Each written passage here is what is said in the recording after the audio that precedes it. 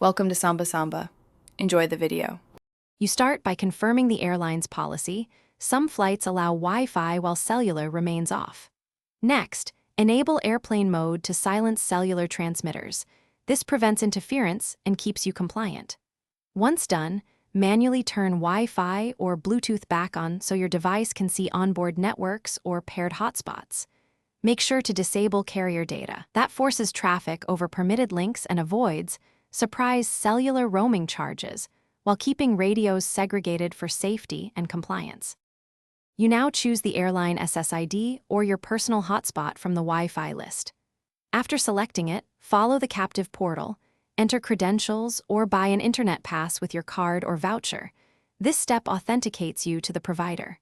While connected, prioritize essential tasks and lightweight pages because onboard bandwidth is limited. Compress media, or use low bandwidth modes. If you need device pairing, use Bluetooth tethering with your hotspot as an alternative. This reduces Wi-Fi congestion and can improve stability. You finish by securing your session.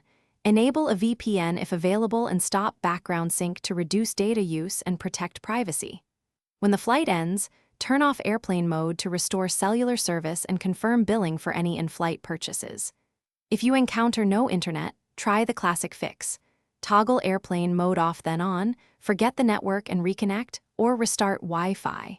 If problems persist, reboot the device or ask crew for the network name and any active maintenance window that might block access. Thanks for watching. Consider subscribing if we helped you.